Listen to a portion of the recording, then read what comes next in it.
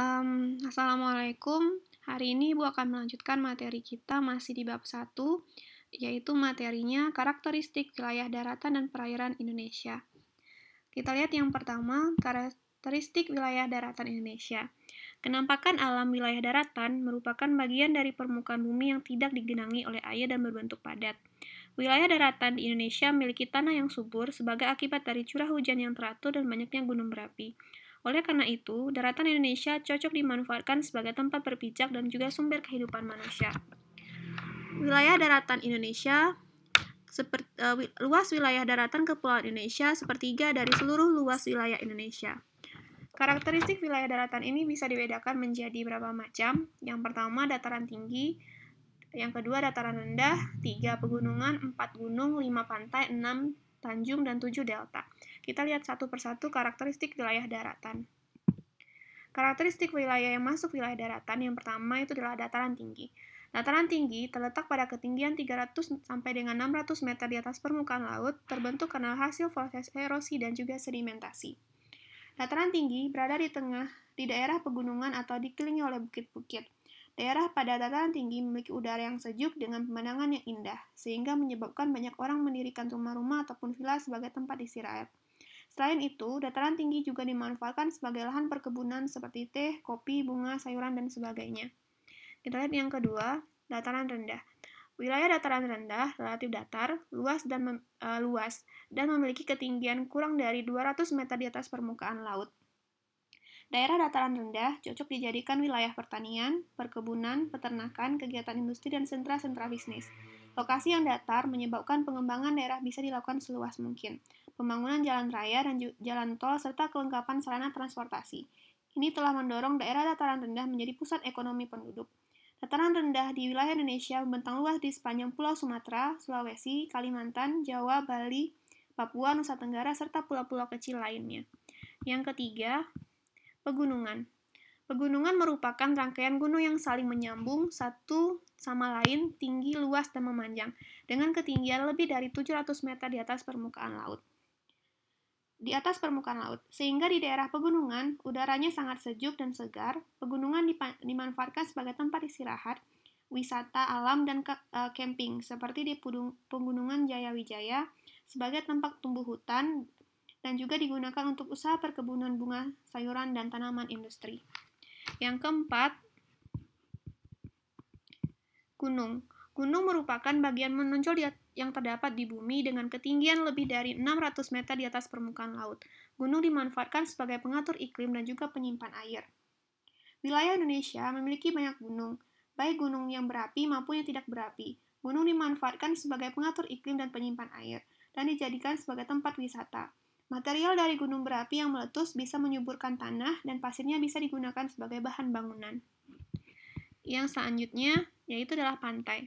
Pantai merupakan wilayah menjadi batas antara lautan dan juga daratan. Bagi penduduk Indonesia yang berada di daerah tropis, pantai dimanfaatkan manusia untuk objek wisata. Daerah pertanian, pasang surut, areal tambak, garam, wilayah perkebunan kelapa dan pisang, serta daerah pengembangan industri kerajinan rakyat bercorak khas daerah pantai dan lain-lain. Yang keenam, tanjung. Tanjung merupakan daratan yang menjorok ke laut. Ini adalah tanjung. Tanjung biasanya dijadikan resor untuk wisata karena posisi tanjung yang menjorok ke laut. Lalu yang ketujuh, delta. Delta merupakan endapan di muara sungai yang terletak di lautan terbuka, pantai atau danau, sebagai akibat dari berkurangnya laju aliran air sungai saat memasuki laut. Ini adalah contoh delta. Delta ini merupakan salah satu bentuk dari proses sedimentasi ataupun pengendapan. Contoh yang ada di Indonesia itu adalah delta Sungai Bengawan Solo. Sekarang kita lihat yang kedua, yaitu karakteristik wilayah perairan yang ada di Indonesia. Wilayah perairan Indonesia meliputi samudra, laut, sungai, danau, rawa, dan juga teluk. Perairan merupakan bagian dari permukaan bumi yang menempati wilayah luas dan digenangi oleh air. Wilayah Indonesia memiliki perairan yang sangat luas, yaitu 2/3 bagian dari keseluruhan luas wilayah Indonesia. Karakteristik wilayah perairan bisa dibedakan menjadi beberapa macam. Yang pertama itu danau. Danau merupakan cekungan muka bumi yang terjadi secara alamiah, terisi oleh massa air, umumnya air tawar dalam jumlah yang relatif besar.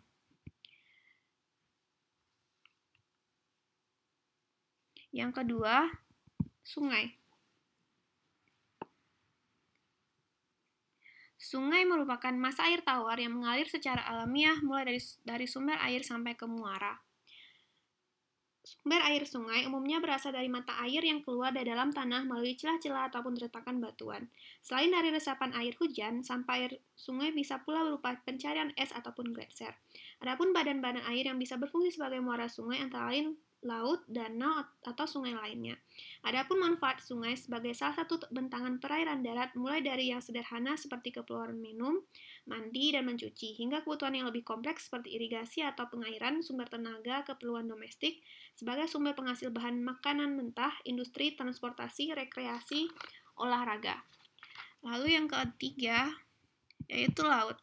Laut merupakan sekumpulan air yang luas di permukaan bumi yang memisahkan atau menghubungkan suatu benua atau pulau dengan pulau lainnya.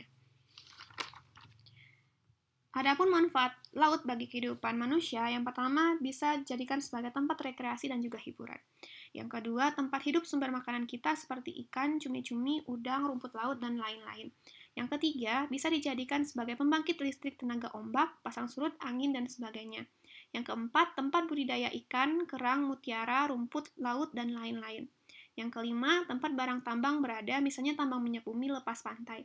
Yang keenam, salah satu sumber air minum, tetapi harus melalui proses desalinasi dahulu. Yang ketujuh, sebagai jalur transportasi air. Dan yang kedelapan, sebagai tempat cadangan air bumi. Selanjutnya, yang keempat, rawa.